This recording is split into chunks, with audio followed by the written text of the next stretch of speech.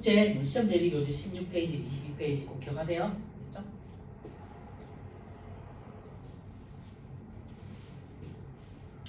자, 36페이지 두 번째 거에 생물의 분류에 되어 있는데요. 생물을 이제 분류하는 거에 대해서 한번 알아볼 거야. 첫 번째 이제 종을 볼 건데요. 종에다가 별표 쳐놓으세요. 가장 분류하는 가장 작은 단위를 종이라고 해요. 그래서 한번 들어보셨을 수도 있는데 종속, 과목, 강문계라고 해요. 종, 속, 과목,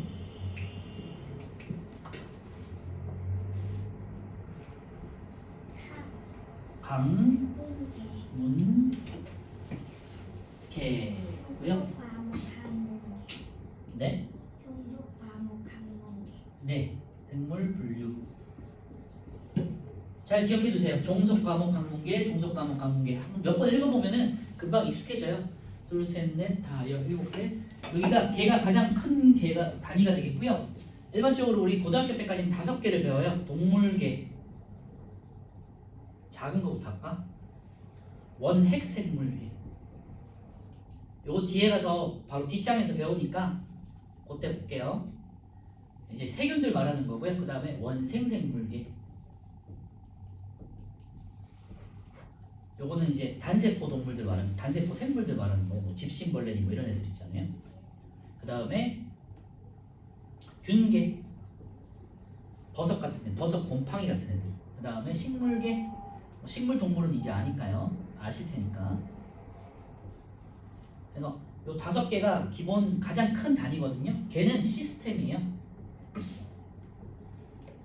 어떤 체계 안에서 이렇게 모여 있는 것들을 이제 제도, 시스템 이렇게 말하잖아요. 그거를 이제 계라고 하고요. 그래서 원핵생물계, 원생생물계, 균계, 식물계, 동물계에서 시작해가지고 이렇게 세분화돼서 쭉 들어가는 거예요. 알겠죠? 그래서 이렇게 해서 예를 들면 종 같은 경우가 가장 작은 단위가 되겠고요. 기본 단위고 사람, 고양이, 개, 그 다음에 또 사자, 호랑이, 이런 애들 우리가 지금 우리 흔히 동물의 종류라고 알고 있는 것들 있잖아요. 요게 동물계에 소속하는 가장 작은 종들이에요. 사람종, 고양이종, 개종, 사자종, 호랑이종 이런 식으로. 알겠죠? 그래서 종이 가장 작은 단위고 개가 가장 큰 단위다. 일단 요 정도는 기억하세요. 그리고 종속, 과목, 강문계. 생물 분류부터 볼게요. 일정 기준에 따라서 생물을 비슷한 종류의 무리로 나누는 거고요. 과학적인 기준이 있겠죠. 객관적인 기준이 있어야 되고요. 사람의 필요라든지 인위적으로 내 맘대로 이렇게 나눌 수 있는 건 아니고 과학적인 기준이 있어요. 과학자들이 정해놓은 그 기준에 따라서 예를 들면은 세포벽이 있느니 광합성을 하는지 이동을 하는지 그런 것들 있잖아요. 그런 분류 기준에 따라서 과학자들이 분류를 한 거야. 우리는 그냥 따르기만 하면 되겠죠. 그래서 공통점을 지닌 생물끼리 분류하는 거를 우리가 생물 분류라고 한다라고요. 종 볼게요. 다시 별표 쳐놓고 생물을 분류하는 기본 단위다 밑줄 하시고요. 자, 종에 대한 그러면 기준이 있어야 되잖아. 자, 그래서 보시면요. 자연 상태에서 짝짓기를 하여 번식 능력이 있는 자손을 낳을 수 있어야 돼. 밑줄 하시고요. 이게 가장 중요한 내용이에요. 자손끼리 짝짓기를 해서 번식을 해야 돼요. 오른쪽에 그림을 보시면요. 암컷 말과 수컷 당나귀가 있어요. 얘네를 이제 교배하면 노새라는 애가, 노새 들어보셨을 거예요. 그죠? 노새라는 애가 이제 자손으로 나오거든요. 새끼가. 말은 우리가 일반적으로 사람이 타는 거잖아요. 당나귀는 사람이 타는 게 아니고 일반적으로 집 나른 데 쓰는 애예요. 얘네를 교배하면 비슷하게는 생겼지만 다른 종이야.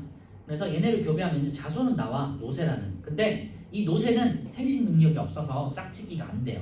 그러니까 노새의 자손은 없는 거야. 그러니까 이런 것들을 우리가 종이라고 해요. 가장 기본적으로 해볼까요? 개와 고양이 너무 잘 알잖아. 개와 고양이는 번식이 안 될 거 아니야, 그치? 근데 예를 들면은 개와 고양이를 합쳐서 개냥이를 낳았어. 개냥이와 개냥이끼리 혹은 개냥이와 강아지와 개와 아니면 개냥이와 고양이와 교배를 시도해봤지만 자손이 나오지 않아. 그래서 개와 고양이는 다른 종으로 분류를 한다. 이렇게 되는 거잖아요. 실제로 개와 고양이는 이제 개냥이가 나올 수는 없죠. 근데 이제 실제로 유전들 공부하면 유전학자들이 실제로 이제 사자와 호랑이를 번식을 시킨 경우는 있어요. 사자와 호랑이에서 그럼 사랑이로 되는데. 네? 사랑이 좋다. 좋은데? 사랑이 호자야? 사랑이 너무 이쁜데? 근데 이제 영어로 해가지고 이게 라이언이고 타이거잖아요. 그래서 라이거와 타이온 이런 애들이 이제 자손으로 나와요. 근데 라이거와 타이온 이런 애들은 교배가 해도 자손이 못 낳거든요. 짝짓기에도 번식 능력이 없기 때문에 사자와 호랑이를 이제 다른 종류로 분류를 하는 거예요. 알겠죠?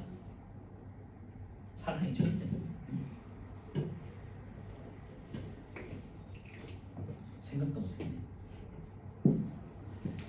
그래서 이제 짝짓기가 기준이고요. 짝짓기가 기준이 아니고 짝짓기를 했을 때 번식 능력이 있어야 되는 게 기준 능력이에요. 이제 기준이에요. 그래서 자연 상태에서 짝짓기를 해서 번식 능력이 있는 자손을 낳을 수 있느냐 없느냐가 종을 분류하는 기준이 된다. 그리고 가장 작은 기본 단위고 은호야 7개 뭐다? 보지 않고 말해봐. 종속 과문 가문계. 네 맞아요. 수연 알지? 종속 가문계. 자 밑에 이제 그림 볼게요. 개에서 종으로 갈수록 점점점 세부로 적으로 나눠진다는데 개가 가장 큰 단위고 5개에서 이렇게 쭉 해서 종으로는 지금 뭐 수천 종 있을 거 아니에요. 수천 종이 뭐야? 뭐 식물, 식물, 곤충까지 하면요 수만 종이 되겠죠, 그죠? 수십만 종이 될 거예요. 세균까지 하면. 그래서 개에서 종으로 갈수록 세분화되고 더 자세해진다, 그죠?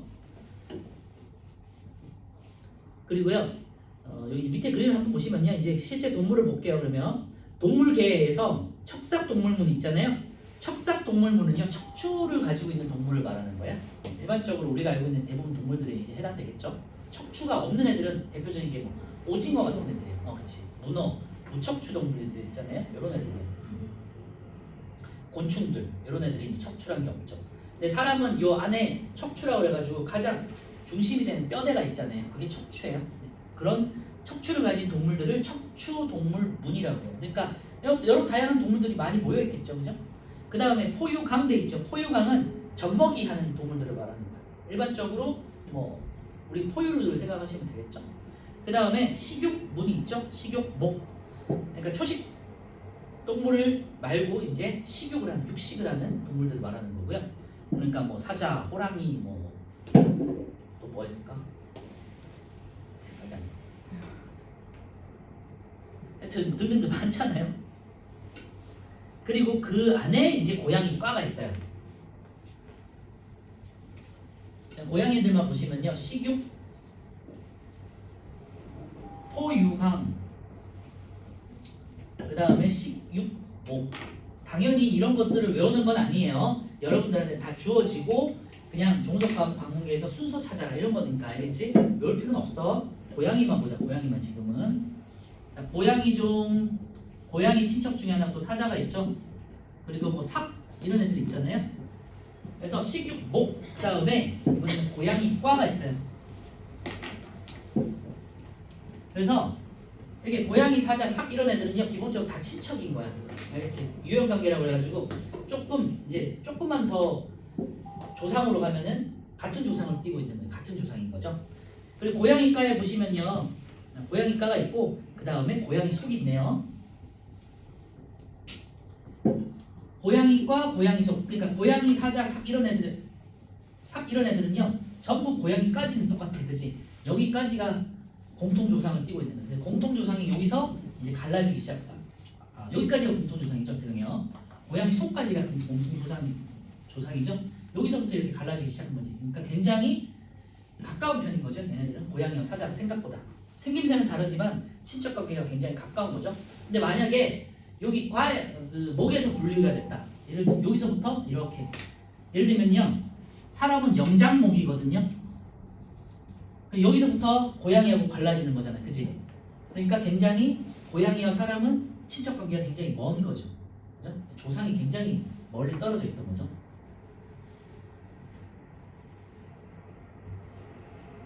이렇게 해서 이제 세분화된다는 거고요. 사람 같은 경우는요, 호모라는 말 들어보셨을 거예요. 호모 사피엔스, 호모 에렉투스 뭐 이런 말 들어봤잖아요. 호모가 속에 속.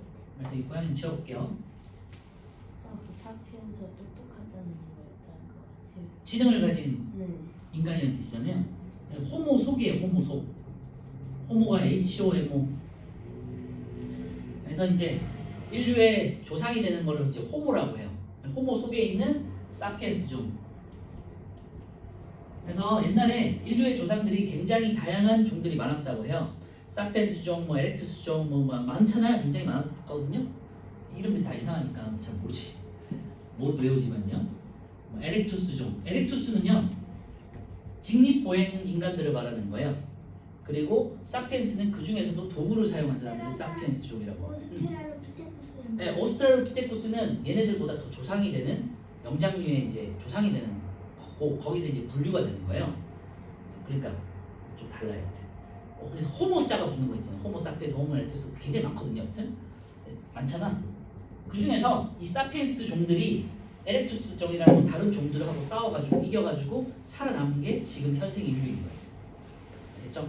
옛날에는 호모 사피엔스가 에렉투스를 잡아먹기도 하고 전쟁으로 싸워서 때려 죽이기도 하고 부족 간에 싸우면서 그지? 그러면서 얘네가 세력이 가장 커졌대. 그래서 지금 남아있는 거는 이제 현생 인류밖에 없는 거라고 해요. 먹으면 옛날에는 다 이제 식인을 했었으니까 유대 그 뭐라 그러냐 뭐라 그러죠? 원신들. 옛날에 그랬대요. 먼 옛날에 지금은 우리하고는 전혀 상관이 없는 아주 먼 수십만 년 전의 얘기예요. 수백만 년 전. 그래서 그 중에 살아남은 게 이제 현생 인류 호모 사피엔스다 이렇게 생각하시면 될 것 같고요. 자 오른쪽에 7번, 8번 풀어보세요. 종속 과목 강문계, 종속 과목 강문계 한번 몇 번 외워보세요.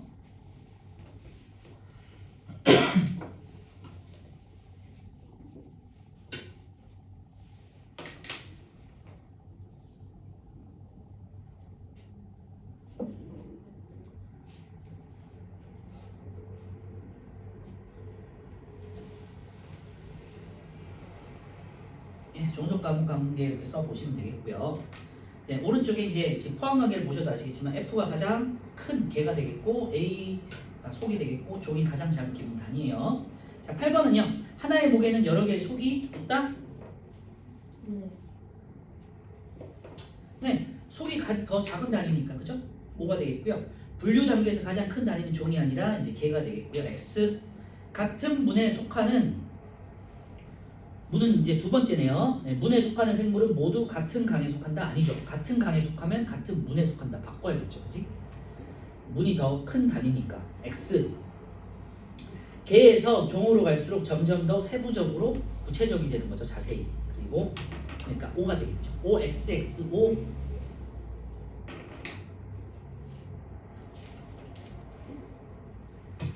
자, 그래서 이제 본격적으로 이제 종을 분류해 볼 거예요. 그래서 개를 분류해 볼 거예요. 생물의 분류 체계에 넘겨가지고요. 4번에다가 별표 쳐놓고요. 요 단원에서 가장 이제 외워야 될 부분들이 이제 다음에 있는 그 내용이에요. 자, 38페이지 제일 위에 생물의 분류 체계 별표. 그래서 아까 제가 말씀드렸던 요 5개 있죠? 요 5개를 이제 분류해 볼 거예요. 원핵생물, 원생생물, 균계, 식물, 동물을 분류해 보자. 어떤 특징으로 분류가 되는지.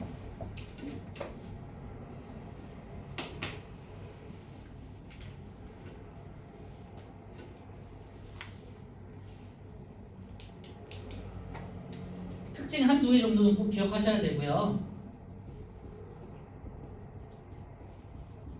이제 중학생들 같은 경우는 이제 1학년 때 이제 1학기에 시험을 안 보기 때문에 보통 이제 수행을 많이 보잖아요. 이런 것들을 이제 설명하는 것들이 구분하는 것들이 이제 시험에 수행으로 많이 나오게 돼요. 첫 번째 이제 원핵생물도 있고요. 원핵생물계.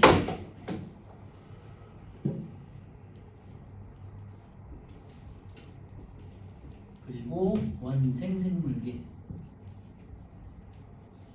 처음에 볼 때는 원핵하고 원생하고 엄청 헷갈릴 거거든요. 핵을 기준으로 하시면 돼요. 원핵은요, 핵이 없는 단계예요.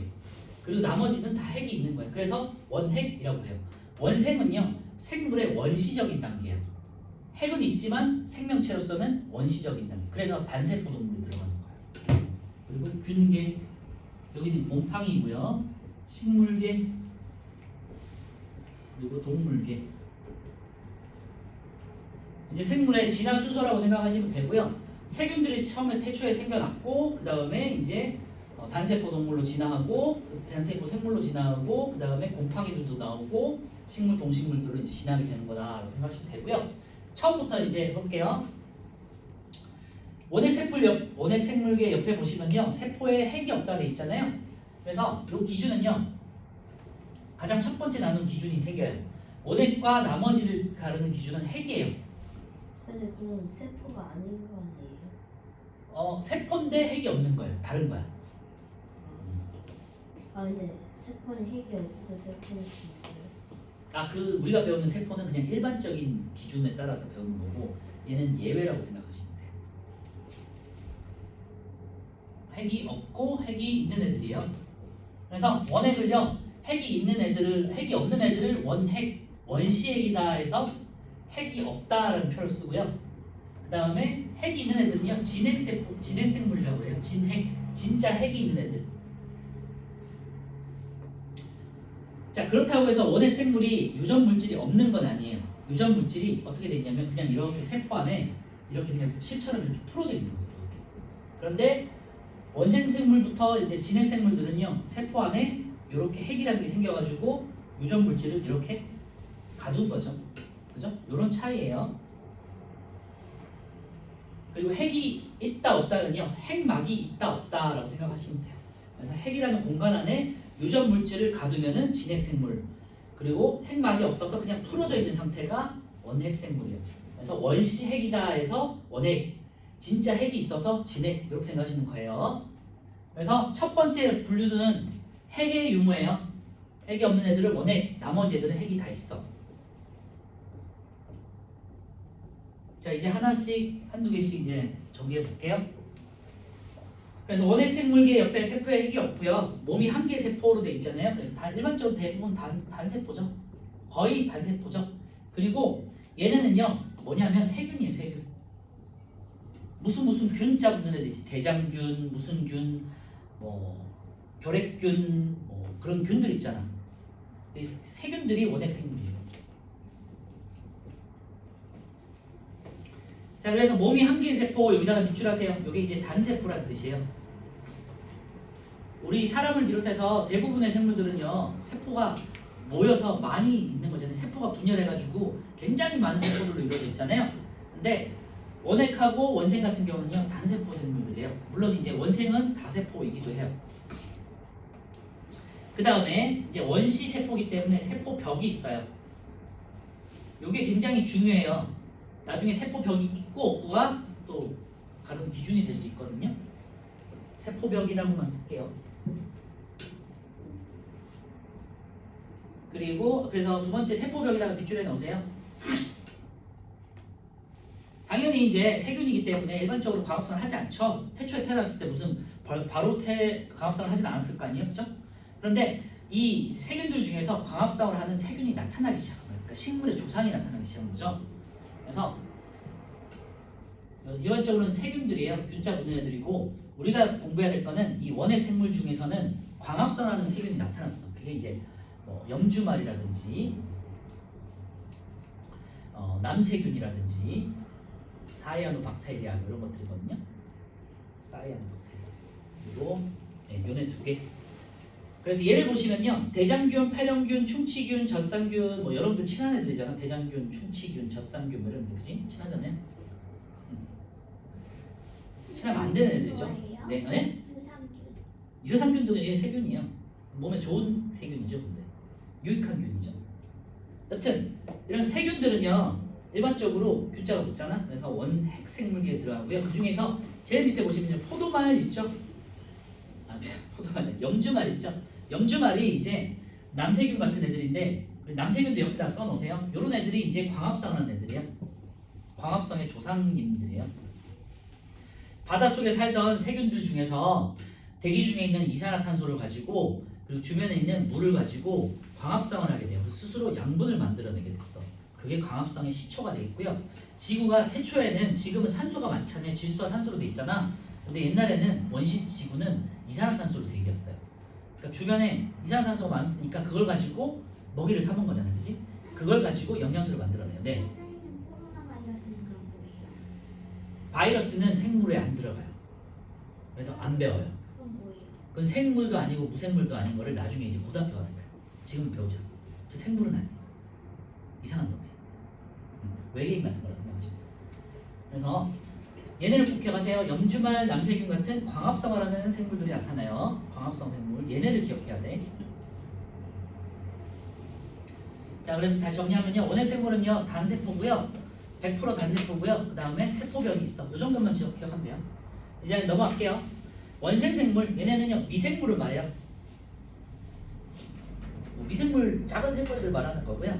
자, 핵이 있는 세포로 이루어진 생물 중에서 이게 원생 생물은요. 진화 가운데 있기 때문에 여기서 이렇게 진화되자마자 다른 걸로 이제 분류가 되는 진화를 또 나눠지는 거거든요. 그래서 얘는 이도 저도 아닌 게 많아요. 단세포이기도 하고 단세포인 것도 있고요. 그다음에 뭐 근데 네. 생물이 엄청 작다고 다그 단세포는 아니죠. 네, 그래서 원생 생물에는 다세포도 있어요. 그러니까 단세포라는 거는 세포 어떻게 하나를 말하는 거고 세포 두 개만 돼도 다세포로 분류가 되는 거니까. 그래서 다세포가 대부분이긴 하죠. 자, 그래서 핵이 있는 세포 중에서 균계도 아니고 식물계도 아니고 동물계에 속하지 않는 애들을 말하는 거고요.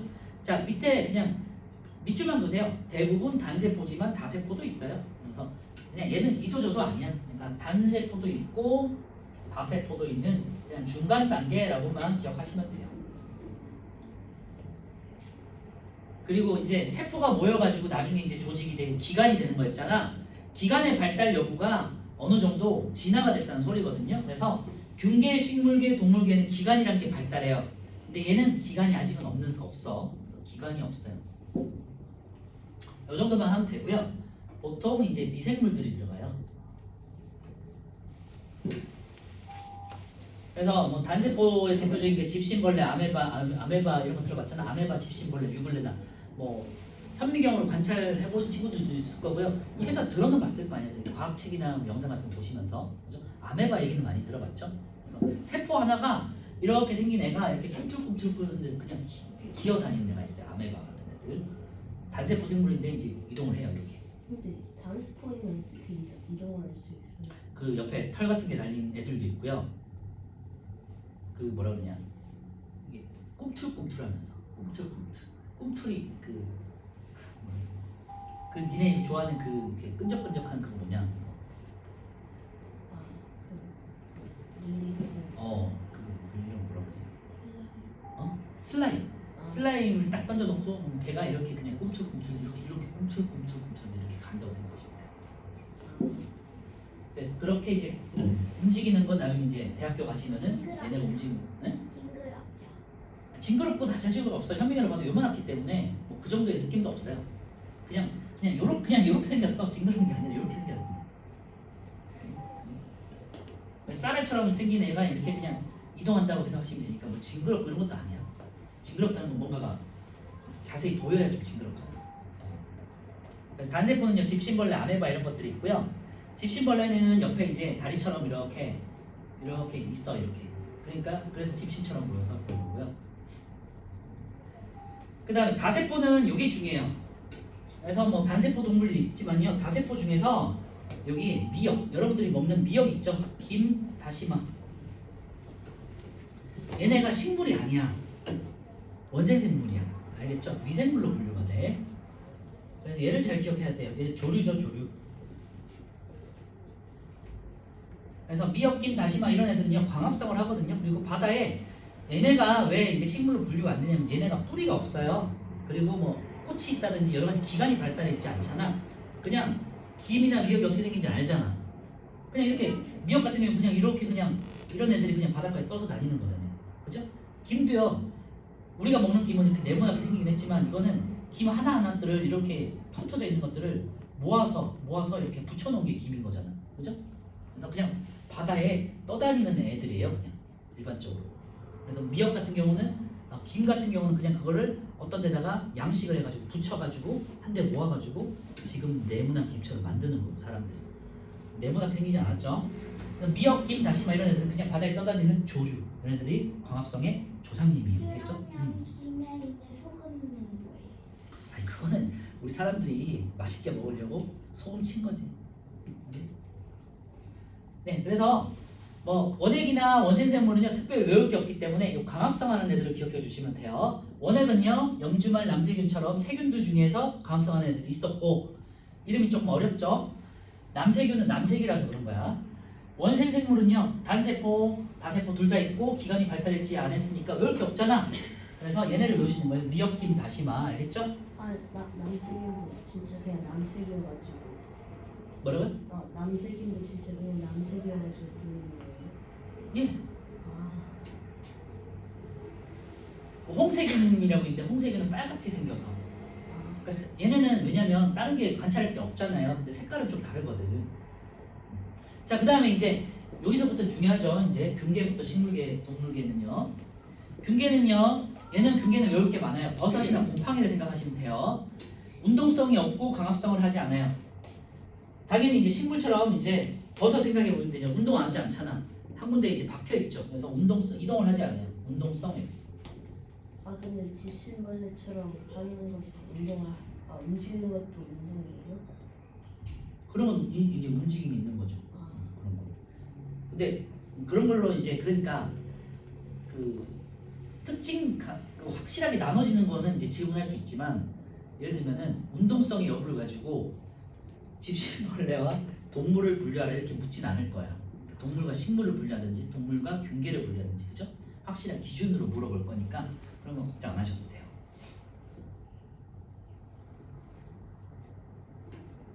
네. 그리고 버섯은 뭐 식물처럼 생겼으니까 뭔가 광합성할 것 같잖아요. 근데 광합성하지 않아. 얘네는 영양분을요 죽은 사체에서 아니면 흙에서 퍼 올려서 먹는 거예요. 그 주변에 있는 뭐 식물 사체라든지 곤충이나 동물 사체들이 있을 거 아니에요. 그 주변에 버섯들이 많이 자라거든요.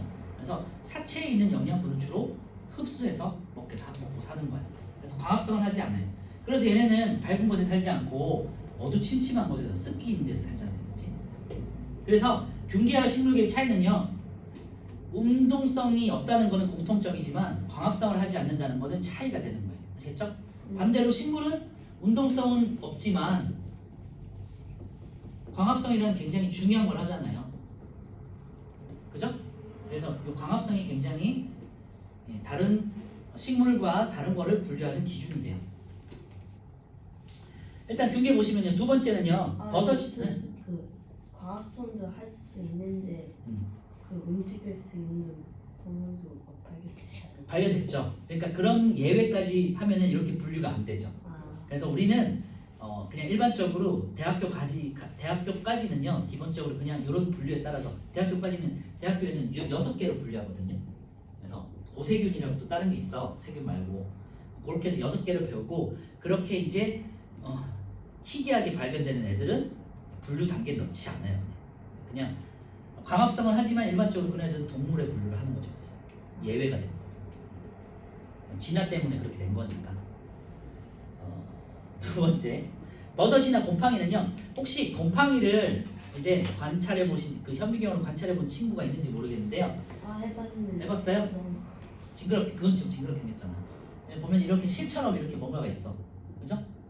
그리고 그 사이사이에 이렇게 동그란 것들이 이렇게 있거든요. 봤어요? 네. 그래. 현미경으로 보면 그 식빵 같은 데다가 곰팡이 피면은 상하면 이렇게 곰팡이 피잖아요. 그거 보면은 뭔가 실처럼 있고 군데군데 시커먼 것들이 있거든. 실처럼 생긴 게 균사라는 거고요. 그 다음에 이제 시커멓게 생긴 요 점 같은 게 이제 포자라는 애예요. 그래서 일종의 식물로 치면은 씨앗 같은 거라고 생각하시면 돼요. 번식할 때 쓰는 유적 물질이에요. 사자가 실사자거든요. 그래 균이 있는 그 실 모양의 균 이렇게 생각하면 되겠죠. 근데 그 곰팡이들끼리도 막 자리를 위해 싸워요. 곰팡이들끼리? 네. 그냥 물어보는 잘 모르겠네요. 왜냐면 곰팡이들. 귤껍질이 있었는데 네. 그 초록색 곰팡이들과 하얀색 곰팡이들이 처음에 하얀색 곰팡이가 제일 많았지만 그 다음 날에서는 또 초록색 곰팡이가 더 많아져가지고. 경쟁을 하겠죠 당연히 아, 자기들끼리도. 그 곰팡이도 종류가 되게 많거든요. 푸른 곰팡이가 일반적으로 우리가 상했을 때 나타나는 곰팡이고, 아까 말했던 이제 노란 곰팡이도 있고 초록 곰팡이도 색깔이 되게 많아요. 근데 뭐 세력 다툼하겠죠 당연히. 그리고 그 이게 방금 봤던 그 균사의 대표적인 게 뭐냐면요, 낫또 알죠? 낫또. 일본 콩, 그지? 아. 일본 콩 발효되면은 그 약간 시큼한 냄새 나는 거 있잖아요. 몸에 좋은 거. 넌 알지? 모르나요? 아직 모르나? 그래서 일본 콩을 발효시키면은 약간 끈적끈적해지는 그런 게 있거든. 그거를 이렇게 늘리면 실처럼 나오죠. 그게 균사예요. 그런 귤실 모양 된 거. 아니면은 여러분들이 알고 있는 거는 보통 이제 음식물 상하면요, 예를 들면 고구마든지 뭐가 상하면은 뭔가 끈적끈적해지잖아. 모르나? 약간 끈적끈적한 느낌 나잖아요. 그런 게 균사예요. 보면 실처럼 이렇게 늘어나잖아. 그지? 잘 모르겠으면 그 솜사탕을 늘려보면 돼. 솜사탕 늘어나는 그런 모습이야. 알지 그건? 그지? 아직 뭐 그런 걸 먹으면 먹을 볼 단계는 아니죠. 어린 친구들은. 엄마가 좋은 것만 주니까. 여튼 균사에다가 밑줄에 넣을까요? 그래서 실 모양의 균사가 있어요. 얘만 나타나는 특징이기 때문에 분류 기준이 될 수 있고요. 그 다음에 아까 전에 제가 말씀드렸던 그 실 사이에 있는 조그만 검은색 점의 정체가 포자예요. 뭐 동물 같은 경우는 뭐 정자, 난자 같은 이제 생식 세포들이 있단 말이에요. 그거의 역할을 하는 게 이제 균계에 있는 포자가 되겠고, 특이하게 광합성이나 곰팡이는 움직이지 않잖아요. 고정돼 있잖아. 근데 이 포자는 움직여요. 그러니까 얘는 좀 특이한 경우가 되겠죠. 이동성이 있어요. 그래서 번식을 할 수 있는 거예요. 뭐 당연히 이제 대부분은 다세포고요. 그 다음에 세포벽이 있어요. 세포벽 써줄까요? 책에 아마 없는 것 같은데 세포벽을 써줍시다.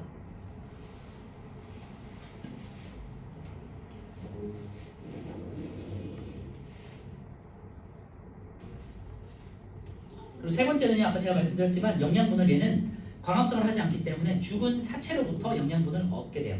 그래서 대부분 죽은 생물을 분해해서 양분을 얻는다. 그래서 보통 이제 곰팡이나 흙들이 음식이 되는 것들에, 영양분이 되는 것들에 버섯이 많이 기생해서 살게 되죠. 그래서 얘는 기생체라고 생각하시면 돼요. 그래서 생태계에서는요, 뭔가를 분해하는 생산자, 분해 소비자, 이렇게 이제 생태계에서 나누는데, 그리고 분해자 이렇게 나누는데, 식물들이 보통 생산자에 들어가고요, 영양소를 만들어내니까. 우리 동물 같은 경우는 소비자에 해당 되겠죠. 동물이나 곤충들은. 그리고 이 균계가 분해자에 들어가요. 그래서 이 생산자와 소비자들의 시체를 분해하는 애들, 그지? 이렇게 분류를 해요. 학교에서 배웠어. 벌써 배웠죠. 자, 여기는요 이제 광합성을 하지 않아요. 그죠? 근데 여기는 없어. 그래서 이렇게 진화 단계가 바로 식물로 넘어가는 거예요.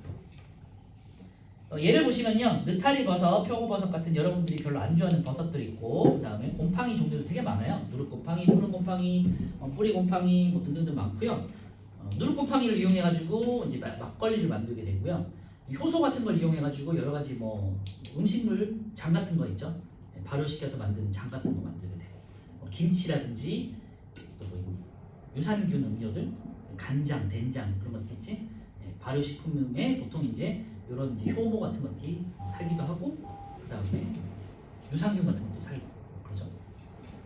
자, 이번엔 식물 볼게요. 식물은 뭐 여러분 너무 잘 아는 건데요, 다세포 생물이고 당연히 세포벽이 있죠.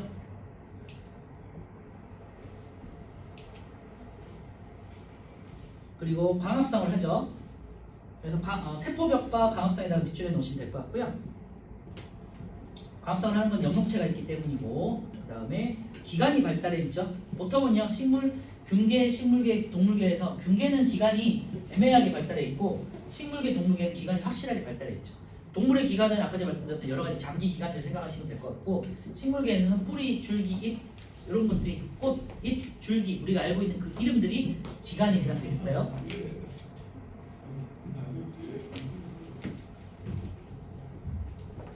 그리고 식물은 당연히 이제 광합성을 하죠.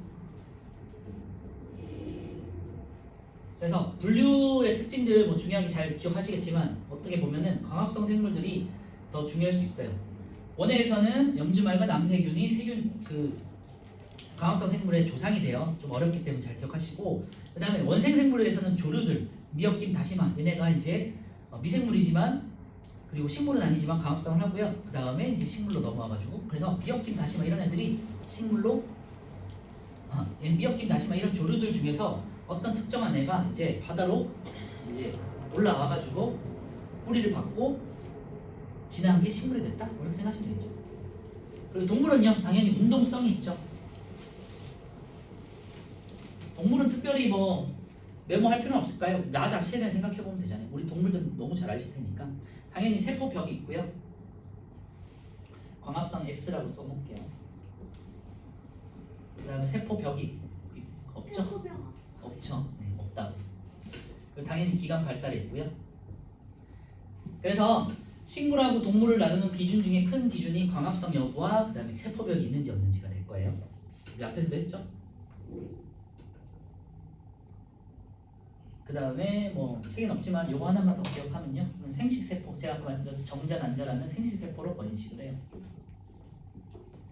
식물은요, 번식이 아직은 뭐 자세히 배우실 필요는 없지만 종자라는 씨앗과 그 다음에 포자로 번식하는 두 가지로 나눠져요.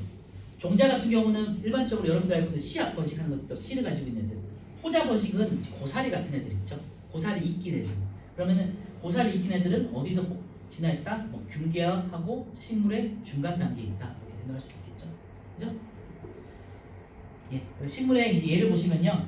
우산이끼, 쇠뜨기, 고사리, 해바라기, 소나무, 진달래가 있고요. 우산이끼나 쇠뜨기, 고사리는 쇠뜨기가 이제 고사리처럼 생긴 애들이에요. 포자 번식을 하고요. 밑에 있는 해바라기, 소나무, 진달래 같은 일반적인 우리가 알고 있는 식물들은 종자 번식, 그냥 씨앗으로 번식을 해요. 밑에 이제 동물은요 다 알고 뭐죠? 해파리, 지렁이, 달팽이, 나비, 불가사리, 말 등 여러 가지 동물들이 있죠. 네, 좀 복잡하게 했는데 다음 주 다시 한번 제가 또 다시 한번 정리할 거니까요. 이거 한번 잘 기억해 주시고 한번 잘 기억해 보세요. 오늘 시험에 나올 거기 때문에. 자, 밑에 한번 볼게요. 이제 그림 한번 보시면요. 원의 생물계는 이제 세균이라고 했잖아요. 그래서 지금 세균들 나와 있고요. 세균들도 모양이 다양하게 지금 대장균 나와 있어요. 대장균은 이제 화장실 사는 애 있죠. 그리고 우리 몸에 사는 이제 애 중에 하나고. 그다음 집신벌레 이렇게 생겼어요.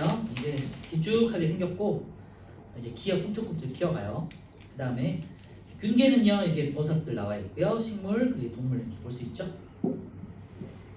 네, 버섯의 4번 보시면요. 오른쪽에 플러스 강의 4번 버섯에 균사화되어 있는데요. 버섯 이렇게 찢어보면 이렇게 이제 실처럼 찢어지거든요. 이게 균사예요. 그리고 5개 이제 밑에 5개의 특징 정리를 보면서 마지막으로 정리해 볼게요. 자, 원핵 생물계는요. 동그라미 하세요. 핵막이 없다에다가 동그라미 하시면 되겠죠. 원핵과 나머지 생물의 구분 기준은 핵이에요. 핵이 있고 없고. 그래서 원핵에다가 동그라미. 그 다음에 원생 생물은 넘어가요. 이도 저도 아니니까. 균계는요. 핵은 있고 세포벽도 있고 광합성은 안 해요. 세포수는 대부분 다세포. 식물계는요. 광합성에다가 한다에다 동그라미 되겠죠. 그래서 그리고 세포벽에도 세포벽은 동그라미 안 해도 되겠다. 그냥 광합성에만 한다라고 동그라미 해놓고요. 동물계는 세포벽이 없다에다 동그라미 되겠죠. 대부분은 다 세포벽이 있는데 동물만 세포벽이 없죠. 그래서 이런 게 이제 광합성이냐 세포벽의 유무에 따라서 동물을 구분할 수 있겠죠. 네. 자, 그러면은 9번, 10번, 11번, 12번 한번 풀어볼게요.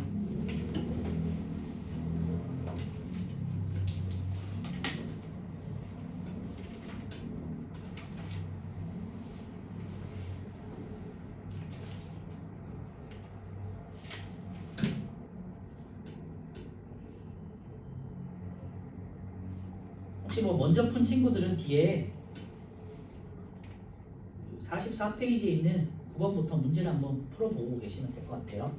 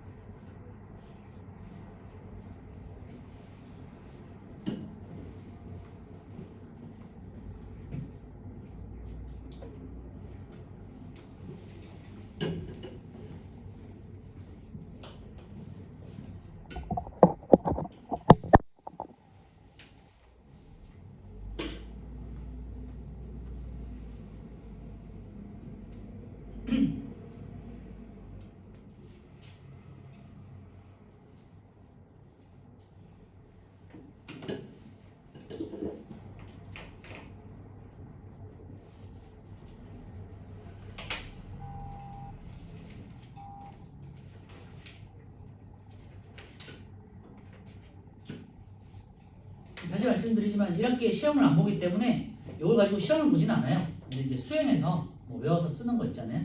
분류하고 설명하고 이런 것들을 하게 될 거예요. 그래서 정리를 좀 평소에 잘해놓고 특징들 한두 개 정도만 기억해 주시고 특히 광합성하는 생물을 잘 기억해 주시면 좋을 것 같아요.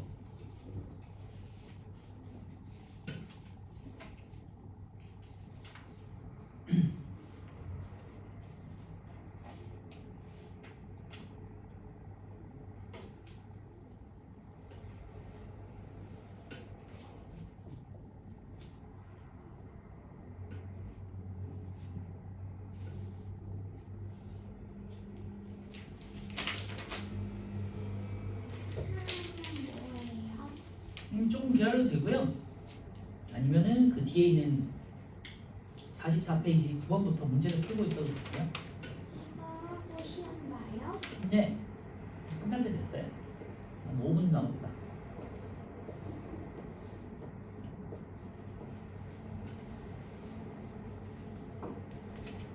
핵막이 뭐예요? 핵을 유지시켜주는 막이 있어요. 배우진 않았지만 세포 안에 핵이 있잖아요. 핵이 동그랗게 생겼잖아. 그 이유가 핵도 막으로 이루어져 있어요. 특히 이중막이라고 해가지고 두터운 막이 두 개나 있어. 왜? 소연아 왜일까? 핵에는 왜 막이 두 개나 있을까? 유전 물질이 가장 중요한 거니까, 그지? 우리 생물을 결정짓는 게 유전자를 저장하고 있는 핵이잖아, 그지? 유전 정보 물질을 가두기 위해서 막이 이중으로 돼 있어요. 근데 물론 이제 그 유전자가 왔다 갔다 할 수 있는 출입 통로는 있어요. 근데 그만큼 중요하기 때문에 막이 있다는 거. 그래서 아까 말씀드렸는데 막이 없는 애가 원핵이고요. 핵막이 있어서 핵이 있는 게 진핵으로 분류가 됩니다. 아셨죠? 자, 9번부터 제가 찬찬히 한번 같이 볼게요. 가는요, 운동성이 있대. 그럼 동물이겠죠? 키워드 하나씩 찾아가지고 이제 해보시면 돼요. 나는 몸이 균사로 이루어지는데, 그러면 버섯 곰팡이니까 균류가 되겠죠. 균계. 가는요, 광합성을 한대. 그럼 식물이죠. 라는요, 세포에 핵이 없고 세포벽이 있다 그랬으니까 세포에 핵이 없으니까 얘는 원핵 생물계가 되겠죠. 마는요, 핵이 있는데 이것도 저것도 아닌 애래. 그러면요, 원생 생물계라고 그랬죠. 미생물 애들. 1번은 나비, 불가사리, 해파리는 동물에 들어가겠죠. 곤충도 동물계에 들어가요. 그래서 미음이고요. 아메바, 미역, 집신벌레 같은 이제 단세포도 있고 조류도 있으니까 얘는 원생 생물 니은이 되겠죠. 폐렴균, 대장균, 무슨 균, 세균들은 그 다음에 염주말 같은 이제 광합성 세균들은요 원핵 생물계가 되겠죠. 기억. 그 4번은 식물이니까 리을이고요. 5번은요 곰팡이와 버섯이니까 균계, 디귿이 되겠죠. 11번은요 원생 생물계에 속하는 생물은 모두 단세포이다 돼 있는데요. 원생은 단세포도 있고 다세포도 있어요. 그러니까 X. 원핵 생물계에 속하는 생물의 세포에는 세포벽이 있다 그랬는데요. 원핵에는 세포벽이 있다 그랬죠. 5. 식물계와 동물계에 속하는 생물은 모두 다세포 생물이다 돼 있는데요. 그쵸? 5. 그리고 기관이 잘 발달해 있고요. 균계, 식물계에 속하는 생물은 모두 광합성을 한다. 균계는 광합성을 하지 못하죠. 엽록체가 있는 식물들은 광합성을 할 수 있어요. 그리고 원핵과 원생에서도 광합성을 하는 애들이 있었죠. X. 12번은요. 원핵과 나머지를 분류하는 기준 가장 중요해요. 핵의 유무가 되겠죠. 2번. 자, 40페이지 개 수준에서의 생물 분류를 볼 건데요. 오늘 이 페이지만 보고 마무리할 거예요. 뒤에 이제 문제는 다음 시간에 풀 거니까. 자, 여러 가지 이제 생물들이 있어요. 원핵, 원생, 균계, 식물, 동물계의 5개를 분류하는 과정을 나타낸 것이다 돼 있어요. 한번 보시면요, 이런 것도 문제에 많이 나오거든요. 세포의 핵막으로 구분된 핵이 있는가 돼 있는데요. 핵이 없으면은 원핵이죠. 그리고 나머지 것들은 핵이죠. 핵이 있으니까 예. 그리고 몸이 균사로 되어 있는가에서 얘는요 균계로 빠져나가겠죠. 그리고 나머지 것들은 이제 기관이 발달하였는가로 가서 이제 동물, 식물로 나눠지겠죠. 동물, 식물, 원생으로 나눠지고 기관이 발달하지 않았으면 원생, 발달했으면 동물, 식물, 그 중에서 광합성을 하면 동물이 아니고 식물, 그리고 광합성을 하지 않으면 동물이죠. 밑에 이제 여러 가지 생물들 한번 보면요, 소나무 식물이죠. 그리고 개미는요 동물이에요. 넘어갈게요. 장미는 식물이니까 광합성 하고요. 염주말 한번 보세요. 염주가 뭐냐면 그 천주교나 우리 불교에서 이런 식으로 염주를 주잖아요. 여기 염주잖아, 그렇지? 이렇게 작은 구슬이 달려 있는 거 보시면요, 염주말이 진짜 희한하게 작은 구슬 같은 것들이 쫙 이렇게 이어져 있죠. 염주처럼, 그렇지? 그래서 염주로가 쭉 이어져 있는 거다 해서 염주말이라고 하고요. 핵막은 없고 세포병은 있는데 얘 색깔이 어떻게 됐어요? 초록색이잖아, 그치? 마치 엽록체가 있는 초록색처럼 생겼어요. 그래서 광합성을 한대, 얘가. 광합성 한다가 중요하겠죠? 염주말. 미역은 이제 마치 식물처럼 생겼지만 뿌리가 없어요. 그래서 이런 조류들은 원생생물에 속한다 그랬죠? 광합성을 한다. 체크해 놓으시면 될 것 같고요. 기관이 발달하지 않다. 표고버섯은 이런 애들, 뭐 버섯은 잘 아시겠죠? 그리고 참새는 뭐 잘 아시고, 자, 집신벌레 이렇게 생겼어요. 신발처럼 생겼고, 지금 여기 이제 살짝 흡입이 돼 있어서 잘 한번 가까이서 보시면 털 같은 게 나 있는 게 볼 수 있어요. 보이니? 보여? 이 털이 얘를 움직이게 하는 털이에요. 이렇게 이제 이 바다, 물 같은 데 살잖아요. 그래서 이 털을 움직여가지고 헤엄을 치면서 사는 거예요. 그래서 만약에 얘를 그래서 자회전도 하고요, 우회전도 하고 한 바퀴 돌기도 하고요. 이 털을 움직여가지고. 그죠? 얘가 있는데. 뇌는 없죠. 생각을 하는 건 아니지. 그냥 본능에 따라 하는 거죠. 내가 있으면 야, 무서울 것 같은데. 네, 그래서 참고해 보시고요. 요거 밑에 결과는 따로 분류는 안 할게요. 그래서 뭐 집에서는 여러분들 그 확인 문제 한번 풀어보시면 될 것 같고요. 문제는 다음 주에 같이 풀 거니까 숙제는 안 하셔도 되고요. 숙제는 여기 뒤에 있는 여기 시험 대비 교재 있었죠? 여기서 아까 전에 말씀드렸던 오늘 배웠던 내용까지 하시면 되고, 페이지로는요 22페이지가 되겠네요. 까지 풀어오시면 되겠죠? 자, 요게 아마 가장 힘들 테니까 요거랑 이제 몇 가지 것들 오늘 배운 내용들, 뭐 변이라는 것도 있었고요. 그 다음에 분류하는 가장 기본 단위 종이라는 것도 있었고요. 종속과목 관문계도 있었죠.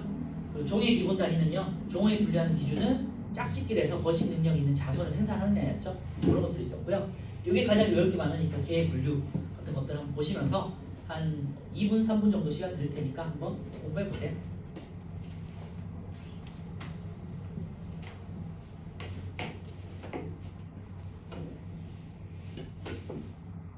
지난주는 채점에서 드리긴 했지만 오늘은 그냥 이제 시험 보고 바로 가면 돼요. 채점에서 다음 주 드릴 거야.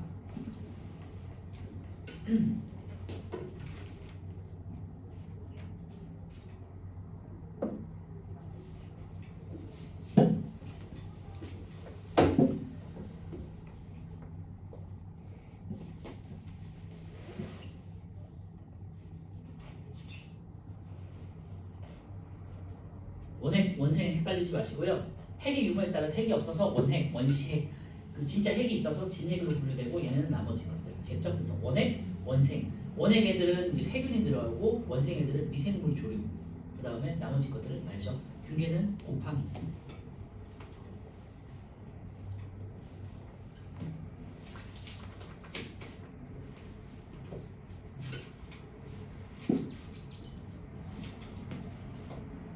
네, 지금 궁금했던 게 옥수 있는 물이에요. 아, O2가 산소.